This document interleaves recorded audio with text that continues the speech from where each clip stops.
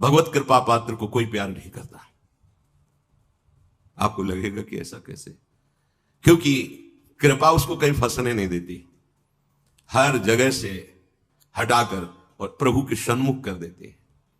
हमारा दुर्भाग्य है जो हमें लगता है कि हमें कोई प्यार करता है, प्रभु के सिवा कोई हमें प्यार करता है। अगर ऐसा लगता है तो हमारा दुर्भाग्य है। अगर कोई कर रहा है तो मेरे प्रभु ही इस रूप में कर रहे हैं, ये बात तो समझ में आती है। प्रभु से विमुख होकर कोई हमें प्यार कर रहा है, ये तो बहुत बड़ा माया का फसाव हो गया, भ्रम हो गया। पर कृपा पात्र को यह भ्रम भी नहीं होने दिया जाता, दिखाई देता है इस जगत। सच्ची मानिए, हृदय की ऐसी स्थिति होती है, नहीं होता कहीं कोई ठौर ठिकाना हो, चाहे भी तो नहीं होता। उसका तो स्वभाव जन्म जन्मांतर से पड़ा रहा है ना, ममता आसक्ति करना। कोई एक बार प्रेम से बोल दे तो उसका मन कहने लगता है ये मेरा है, ये मुझे चाहता है, ये मुझे मेरा अपना है। प्रभु से विमुख करने वाली जो अपनापन की वृत्ति है, प्रभु की कृपा पात्रों के हृदय में वो उदय ही नहीं होने दी जाती। तब ये भरोसा जागृत होता है कि अब क्या गति क्या दुर्गति, में किसी लायक ही नहीं हूं कि मैं कोई दावा पेश करूं प्रभु से, मैं बड़ा व्रत नियम, मैं बड़ा जपी तपी, प्रभु आप मेरा कल्याण कर दे या मुझे परम पद। वो हृदय में देखता है किसी तो बस अब उठा भरोसा, अब तो बस लाडली जू श्यामा जू आप करुणा समुद्र आप देख लीजिए। बस हृदय से जो शरणागति प्रकट होती है, सब ज्ञान सब दिव्यताएं इसी से प्रकट हो जाती है। बहुत ही आसक्ति शरीर में सूक्ष्म होती है, कहने की बात अलग होती है, मैं शरीर नहीं हूं। शरीर से परम पद प्राप्त करने की भावना भी बड़ी सुदृढ़ होती है। ये हम साधकों की बात कर रहे हैं, विषयी पुरुषों की तो बात ही नहीं, वो तो जानते, हम उनकी बात कर रहे हैं जो दौड़ रहे हैं, जो पड़े हुए हैं गिरे, उनकी तो बात नहीं। वो तो जब खड़े होंगे तब उनकी समझ में आएगी बात, अभी तो पड़े हैं विषयों में। जैसे स्वप्न में कोई बड़बड़ा रहा हो तो उसकी बात नहीं समझी जाती, ऐसे विषयी पुरुषों की बात सुनने लायक नहीं है। जो दौड़ रहे हैं सतमार्ग में, तो किससे दौड़ रहे हैं? शरीर से, मन से, स्वभाव से। ये तीनों है कौन? माया रचित है ना। बड़ी सूक्ष्मता होती है। हम इन्हीं तीनों से माया मुक्त होना चाहते हैं, इन्हीं तीनों को पकड़ के सूक्ष्मता से देख लो आप। तर्क की कोई बात नहीं इसमें। अगर हम परमार्थ पे चल रहे हैं तो इन्हीं तीनों का आश्रय होता है। अंदर से देखना, यहां की बात कह रहा हूं, छाती की बात। शरीर स्वस्थ रहे, मन निर्विकार होकर प्रभु में लगे, हमारा स्वभाव बन जाए कि हम सदैव सत चिंतन करें। ये कोई गलत बात नहीं है, ये आकांक्षा ठीक है, पर आश्रय किसका है? अब इसी बात से पूरा जीवन पीछे का जो संन्यास है, अब उस पर प्रहार हो गया। शरीर भारी अस्वस्थ, भयानक पीड़ा, रोग। अरे अब कैसे आपको पता है? गंगा किनारे की भोली बुद्धि, हमें पता नहीं क्या, बहुत दर्द हो रहा है, बहुत परेशानी। रोटी मांगने गए ब्रजवासी में, कहा बात बाबा उदास काहे को है? भैया पता नहीं पेट में क्या, कोई कहता कीड़ा है कोई। अरे आप क्या समझते, 250 रुपए का अल्ट्रासाउंड होता था, उसके लिए व्यवस्था नहीं थी। कई बार डॉक्टर को वो कहते थे आप करवाओ अल्ट्रासाउंड तो पता चले कहां क्या है। किसी के पास कोई संत ले गए कि संत को अल्ट्रासाउंड कराना है, तो ऐसे बात कर रहे थे जैसे किसी मुजरिम से बात किया जाता है। आप कागज दिखाइए, कागज तो नहीं है, ऐसे हम नहीं दे सकते आपको, आप कागज दिखाइए, डॉक्टर से बनवा के लाइए। ये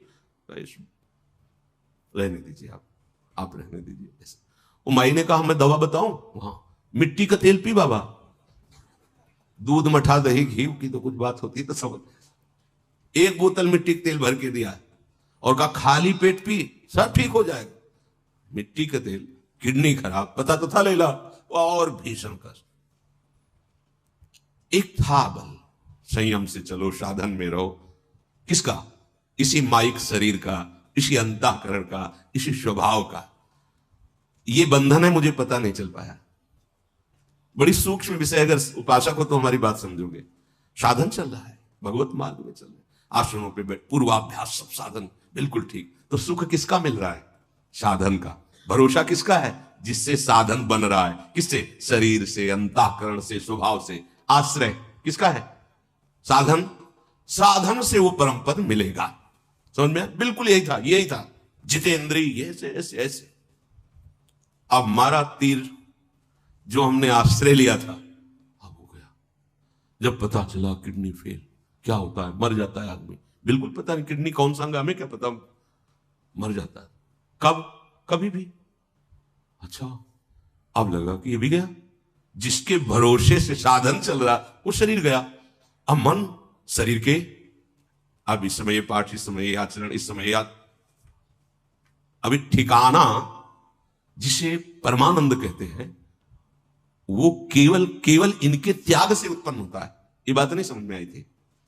त्याग तो है ही है ना बाबा जी मेरा, लेकिन आश्रय इसी शरीर के साधन से, इसी अंतःकरण के संकल्प विकल्प वृत्तियों से, इसी स्वभाव से उस परम पद की, कहीं कोई बीच में नहीं है। और इसी पे बाण चल गया। अब उदय हो रही है जो जीवन की परम लाभ वृत्ति। अब तो साधन नहीं बनेगा, कब शरीर छूट जाएगा पता नहीं, मन कहां कब फंस जाए कोई पता नहीं। मतलब पीड़ा हो रही, मन पीड़ा का चिंतन करे, अंदर से आर्त भाव जागृत है, हे प्रियाजू आपका स्वभाव सुना है। अब तो साधन नहीं, साधन का भी भरोसा छूटा, जिससे साधन बन रहा था उसका भी भरोसा छूटा। वो वृत्ति उन्होंने ही दी शरणागति की। शरणागति ऐसा नहीं कि नहीं जानते थे, शरणागति थे, पर शरणागति में जो सूक्ष्म बाधा थी आचार्य वचनों से, दूरादपाश्च स्वजनान सुखमर्थ कोटिम, फिर सर्वेषु साधन वरेषु चिरम निराशा, यह समझ में नहीं आया था। परमानंद की प्राप्ति की आशा साधन से थी, सर्वेषु साधन वरेषु चिरम निराशा, ये नहीं, ये कैसे साधन से निराश हो गए तो फिर हमारा परमार्थ क्या? ये बड़ी ऊंची बात है, सर्वेषु साधन वरेषु चिरम निराशा। जब साधन के यंत्र ही ठीक नहीं रह गए तो क्या साधन? लगा कि धाम का आश्रय, धाम का जो शरणागति, अभी कोई रंग नहीं चढ़ा, एकदम हृदय में आर्त भाव, बस राधा राधा। अब तो वो वृत्ति देने वाली छूट गया आश्रय, किसका? साधन और साधन के यंत्रों का। अब एक केवल भरोसा रहा साध्य का, एक भरोसा रहा साध्य का, बस आप और आपकी कृपा। अब निकलने लगे वचन कि मेरे साधन भी प्रियाजू, मेरे साध्य भी प्रियाजू।